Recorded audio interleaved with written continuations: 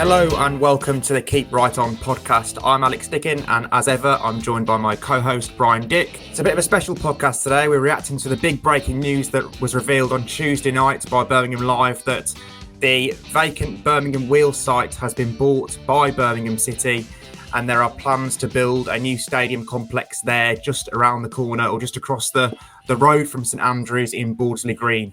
The person who broke that story, Jane Haynes, is with us to discuss it all.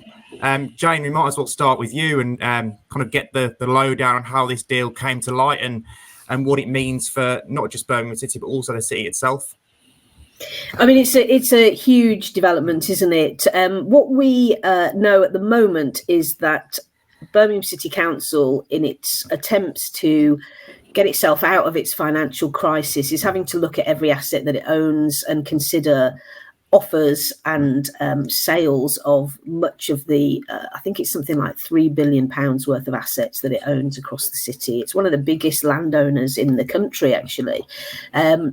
So what we know is that at some point, an unsolicited offer was made to it for the 48-acre wheel site, as people know it. It's Bordesley Park.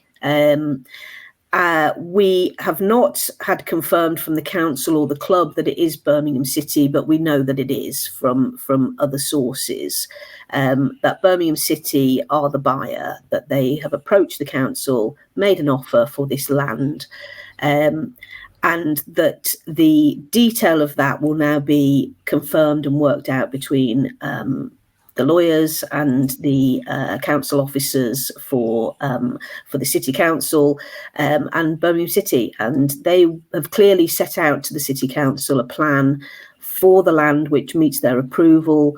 They talk in the document that I've read of a sporting centre of excellence being created there, of it having international significance. Essentially, this seems to fit in with the image that Birmingham City FC's new owners have created, that they are here for the long haul. So, yeah, really interesting times, and this story has been well received by Blues fans. How much competition have they beaten off for it? Because obviously it could have been used for a lot of things. It could have primarily been used for a housing development, I suppose, as well. People would have been interested in that. What was the interest like? And yeah, how have they won the race for it?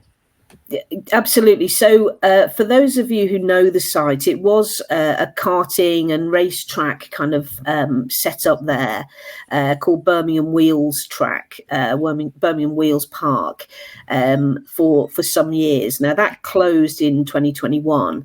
And in the work that the council then did on the land, they discovered it was quite badly contaminated.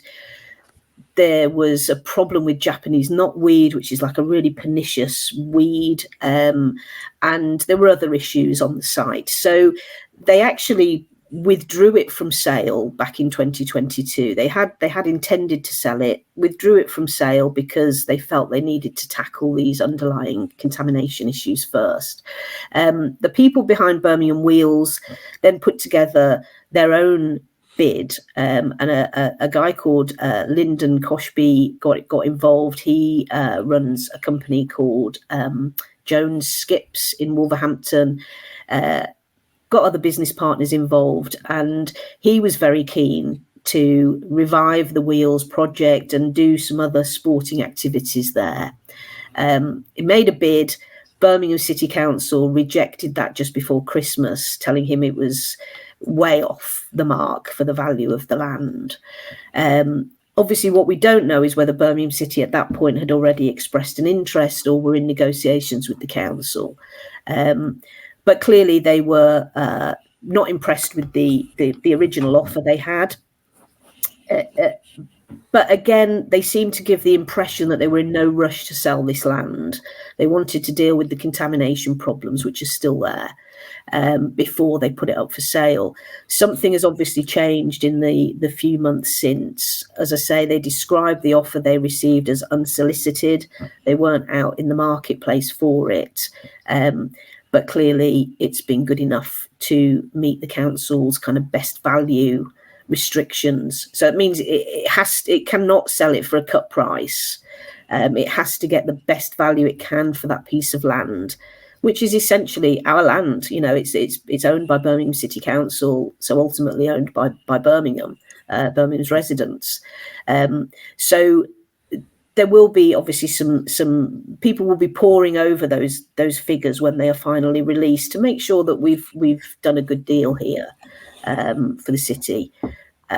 But that will all emerge in the coming weeks and possibly even months before we know what exactly Birmingham City have paid, unless of course they tell us. Jane, can you just give us a whistle-stop tour of sort of the roadmap now and what might happen and what are the hoops that both parties need to jump through, please? Yeah, absolutely. So first step is that the Cabinet Property Subcommittee meets tomorrow afternoon. Sorry, that's Thursday afternoon at 2 p.m. in the Council House in Victoria Square. They meet in a committee room. This is one of about 8 items on the agenda. I think it's item 7. It's not flagged as a major development, but clearly all eyes will be on that item.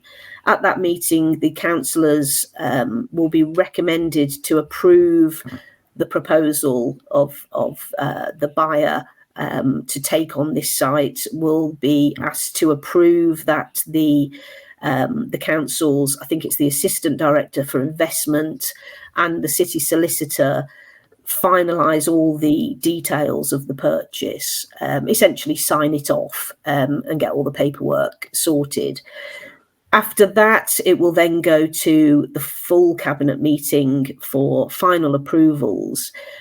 Only then will the details start to emerge of what Birmingham City plan for the site. They will then have to go through the planning application process and various other hurdles before this can become a reality. I don't think, this is not going to be a quick turnaround. This is not going to happen overnight. This is, I believe, part of their long-term kind of 10-year vision for Birmingham City and Birmingham. And it may be some years even before there are, bricks going up and movement. I may be wrong. They may be on a much accelerated timetable until the club speak to the fans and tell them what they've got in mind. We're a little bit in the dark about the timetable. Just lastly, before we let you get off, Jane, I've kind of had a little bit of a look at the Wheels site and bits of it on the outside as I've been driving through to St Andrews in recent weeks, and it's going to take quite a clean-up operation, isn't it, before we can even get to the building and planning phase. It is, and the good news for Birmingham City and for the City Council is that the government has already confirmed that it will fund some of that cleanup. It's given a grant of just over £17 million. The council has had to top that up with about just over £1 million of its own money. And that is for a levelling up fund grant that will essentially cover the costs of getting the site ready for a developer to build on. As I say, at the moment, it has got some contamination issues and things that need to happen for it to, as you say, be ready for a developer to move in. So those costs are already accounted for. The City Council have said in their report that they intend to meet that commitment and to continue to give that promise that they will fund that, which gives Birmingham City a good place to get cracking. How long, as I say, those things are going to take is still uncertain. Last question, Jane, and you can answer this with one word if you like. How excited should Birmingham City fans be about this? Hugely. This is somebody referred to it as the biggest moment in the club's history. This is going to see them, we believe, move from a hemmed-in site in Small Heath that they've been at since 1906 to potentially one of the best sporting complexes in the country. That is how big a vision this could end up being. But as I say, all eyes on the club now to hear the full detail of what they've got planned. Thank you, Jane. You've got us all very excited there. That last comment. Thanks for joining us. And we'll let you get off now. Appreciate it. Thank you. Thanks, Jane. that last bit really got me there. We might as well actually. We've got to discuss St Andrews and all this. Probably what it means for St Andrews. We all kind of know at this point. It's pretty obvious, but. Memories of St Andrews, and it will be a bit of a wrench, I know, for you and obviously a lot of supporters as well. It'd be a wrench to leave that place, given all the memories and history surrounding it. Birmingham City's been in that ground for over 100 years. Yeah, it will be a wrench. I kind of view it as like moving house. In Enterprise, you'll have some experience of at the moment. I think, yes, you leave memories, you leave probably happy memories. But what I do think is you take your family and you take your stuff with you, and you make the new home feel like a home as well. I think anyone who has Birmingham City's best interests at heart probably has to wean themselves off the sentimentality of being at a venue, for the last 117 years, 118 years, whatever it is, and accept that times have changed and the club is changing. And that for the best of the club, just in terms of raising revenue, in terms of being just more attractive on the eye, and in terms of building a supporter base and giving that supporter base, a proper place to be proud of.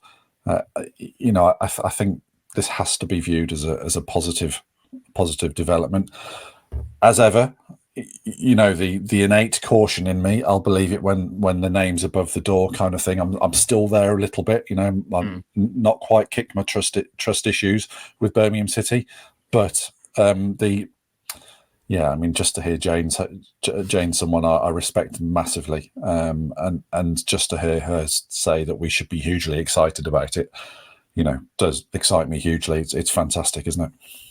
Yeah, it is. I think we'll get on to kind of what we don't want to lose from St Andrews in a potential new stadium later on. But St Andrews memories, Brian, I know you've jotted down a couple that you want to speak about. Yeah, they're probably not memories for anybody else, really. I think my first game at St Andrews, I'm not from Birmingham, so it was in April '93. It was Blues 1, Derby 1.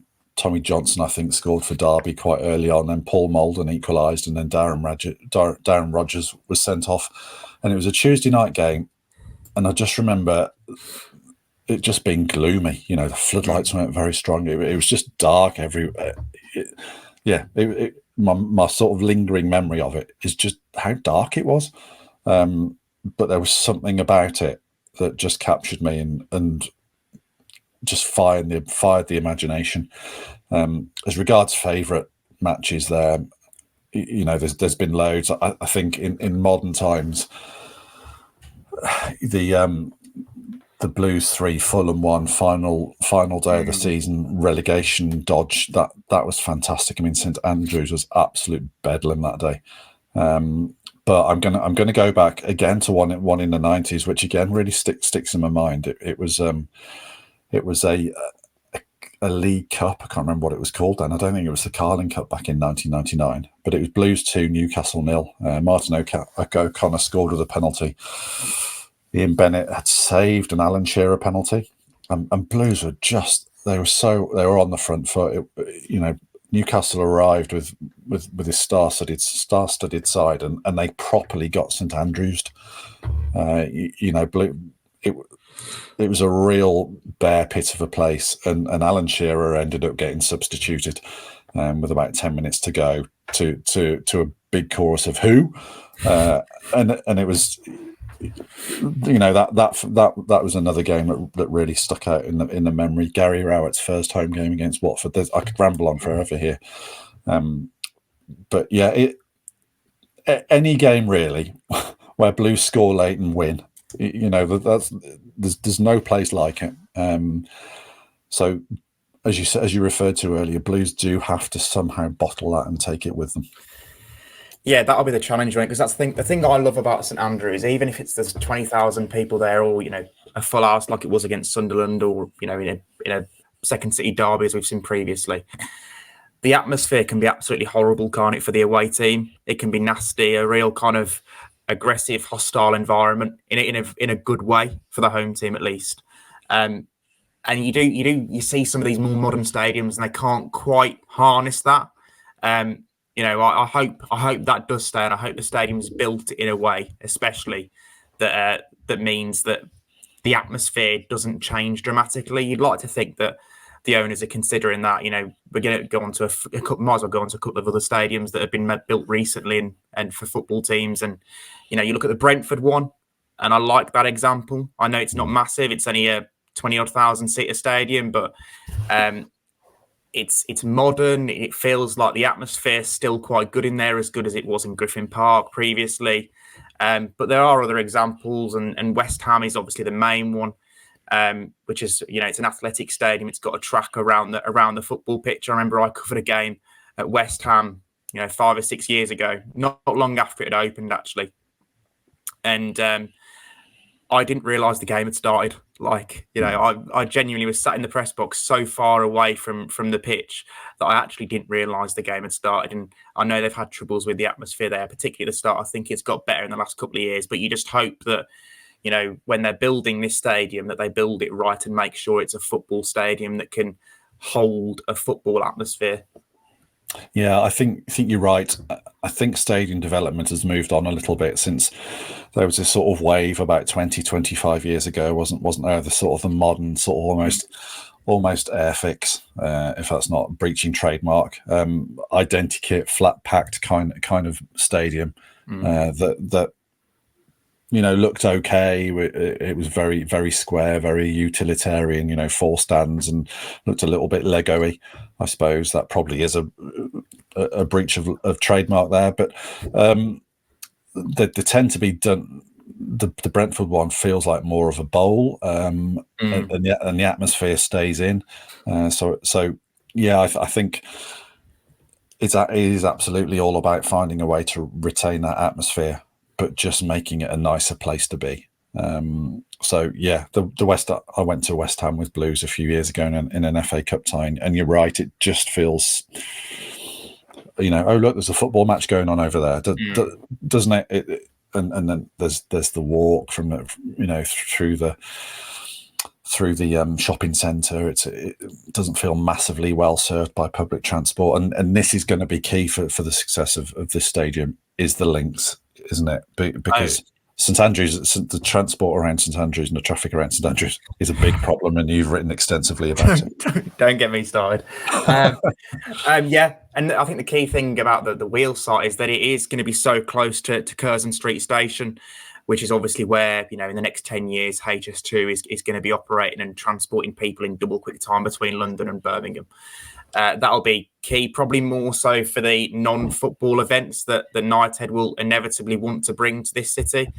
But yeah, I think we spoke about it earlier, creating potentially a walkway from HS2, from Curzon Street Station, or even the Birmingham City Centre to this stadium or complex will really add value to it, I think, and just make it a kind of more pleasurable match day experience. Because I think the biggest worry for everyone on a match day is getting to and from the stadium. And it's not been the easiest at St Andrews in recent years, particularly when there's been a big crowd, as we saw after that Sunderland game. So that's going to be enormous. Hopefully, it's not going to happen overnight. This stadium and complex isn't going to be in repeating time, be ready for next season. It's going to be years down the line. It's going to take a good while to get it up and running. So by that time, hopefully, the transport links will be more adequate and appropriate, and you can guarantee that Knighthead and the people that are making these decisions have taken that into consideration. HS2 is probably one of the main reasons why they were so interested by Birmingham City, because it's it's right. It's going to be right next to it. So yeah, I think the transport thing, they can get around now, and it's probably a big plus for the new stadium. That's going to be a huge thing. And not just that as well. If we are talking a complex, and they have made it clear it's going to be a sports quarter, then one of the things that stands out for me is that if you're going to get potentially like Man City have got, which is an academy, a training ground, and a stadium all under one campus, kids and parents are going to be far more inclined to travel into the city. It's far easier for them to travel into the city than it would be to go out to Wast Hills, which is probably going to be quite a way out and not as easy to get to in terms of transport, trains and buses and whatever, than it is to get into the city. So that's a big benefit. And obviously the concerts, non-sporting events is going to be a huge draw of income for Birmingham City if they do kind of build this massive stadium, massive complex. Yeah, absolutely. I think, the temptation is to look at it just as a new stadium, and maybe say, well, Tottenham have built a fantastic new facility on the footprint largely of the old White Hart Lane, but this is, it is much more about akin to the Man City thing, isn't it? Where they have other facilities there as well. It's not just about a single stadium. Just looking at them at the Man City one. Didn't Gary Cook tell you that Tom Brady was blown away by visits from Man City? Is this kind of the model, the Man City light kind of thing that we can expect, or maybe something on a similar scale? I think so, because Gary Cook was the CEO of Man City when those plans were being drawn up, wasn't he, for the Etihad campus? So he's obviously privy to that information, how it was all done, how they used the council in Manchester to kind of get that flowing and working. I remember, I think it was on the day of the launch of the Birmingham City Foundation, I spoke to Gary Cook and he said that Tom Brady was blown away by that visit to Man City. I think he went to watch the Man City Tottenham game back in December. So I think it is going to be that it feels like they're gearing towards something similar. It won't be as big. The wheel site's 48 acres, which is obviously enormous. I think the Man City site is 80 odd acres. So, I've been there and that is pretty spectacular. There is nothing like that in the UK. It's the best stadium complex I've ever been to in terms of what it's got under one roof, the space, it's got the car parking facilities, the pre-match entertainment, the fan parks. It's got absolutely everything a football club would want. And just over a walkway over the expressway is the training ground and the academy facility, which are another stadium. Yeah, literally. It's incredible. They've got about 4 stadiums. Birmingham City probably don't need that at this stage. They could. I think 48 acres is probably going to be enough. You could still build an absolutely world-class facility, and that does have a stadium, which is purpose-built for sport and also entertainment. You could have a training ground, an academy facility that's separate. You got enough space for a fan park. I think the fan park, we obviously know that they want to put United want to put a fan park in at St Andrews, and they're having to look at the land between the main stand and the Tilton, which is effectively a small car park behind the George at the moment. That's not massive, is it? It's not gonna house a lot of people. If you've got a 48 acre site, you're probably going to be able to build a very, very large fan park that can entertain a lot of people before and after matches. And then again, that's another revenue stream. And also, more importantly, it adds to the matchday experience for people. So all positive as far as I'm concerned. Yeah, just looking at the flight path, we've said that it's not, going to be on a similar scale to Man City. We don't think, but talks of a stadium in that part of Manchester first started in 1990, and I think the Manchester Council were hopeful of attracting the Commonwealth Games later that decade. There was a full start. They didn't win the bid for the Commonwealth Games. Difficult to imagine now, but it was sort of 1996 time when they got given the green light to go and build something for the 2002 Commonwealth Games, and then it was sort of 6 years on from that before the Commonwealth Games were actually held in that arena, and then obviously it was signed over to Man City. So we are the two cases aren't the same, but I'm just mentioning that for sort of just maybe to say that we're certainly talking years rather than weeks. Much more so that case. Yeah, well, the fly in the ointment, Alex. Yeah, the elephant in the room. Yeah, the things off the pitch are moving in at a great rate, and even St Andrews is a nicer place to be now than it was just a few months ago. What are your thoughts about what the team needs to be doing in terms of it's do Blues need to be in the Championship for this all to happen? I mean, like we've said, a lot. We're not looking next season. Probably not looking the season after that. It's going to be years down the line where this stadium is fit to host Birmingham City games. Ideally, you don't want Birmingham City to be a League One club when they're in this stadium. I'm sure they won't be. A lot of people have mentioned, would relegation to League One set the project back? I think it'd set it back a little bit. I suppose it would depend how long Birmingham City were in League One if they did indeed get relegated. So if it's only a season, I don't think it'd set it back a great deal. It wouldn't be ideal. It'd be far from ideal, but it wouldn't set it back massively.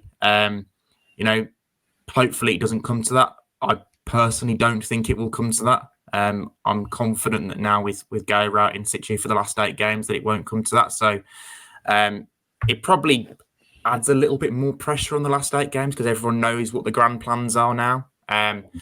But yeah, as I've said, hopefully it doesn't come to that. I don't think it would massively set it back because we are talking a number of years down the line. It's not going to happen tomorrow. And it's really a question for Knighthead rather than for you, isn't it? To be honest with you, and there is an open house with supporters again next month. Hopefully they'll talk more about that.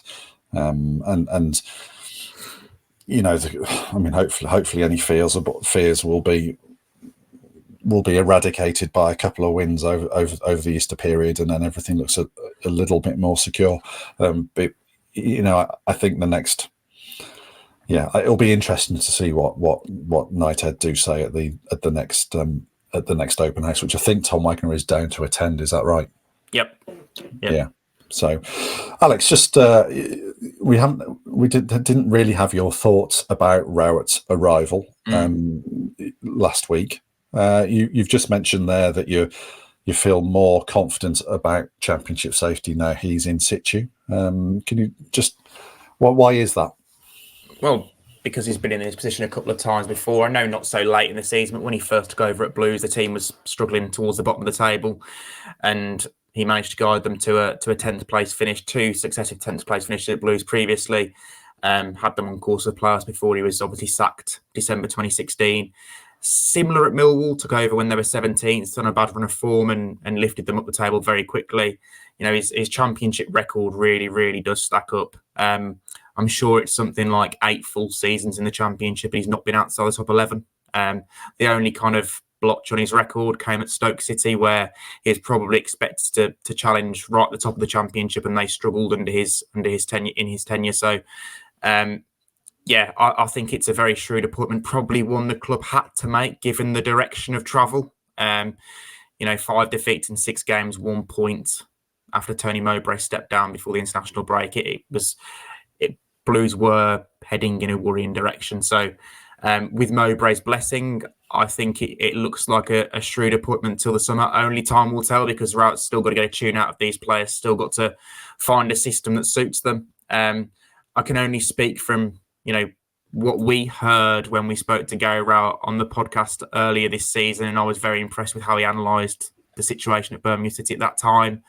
And I don't think the way he will approach things will be dissimilar to how Blues approach things at the start of the season. I think it will be sensible coaching in the situation Blues are in. So I'm far more positive than I was, 2 weeks ago, or was it 10 days ago when Birmingham City lost to Watford, because at that point I was becoming extremely worried. Yeah, difficult to see where the next goal was coming from and how the next clean sheet was going to be achieved. Absolutely. We certainly know that Gary Rowett's teams are stable from the back, and you will be at QPR on Friday for our first viewing of what QPR or what Blues can do, or what Rowett has achieved. In his international break with Blues. You will also be at Gary Rowett's first press conference, second first press conference imminently. So we'll let you head off to that. And no doubt we'll be talking about that again at length at some point in the next 24 hours. So thank you everyone for joining us. Thank you, Alex, for your time. We'll let you get off to Henley. And from both of us, it's a healthy, hearty, and in the words of Jane Haynes, hugely exciting. Keep right on.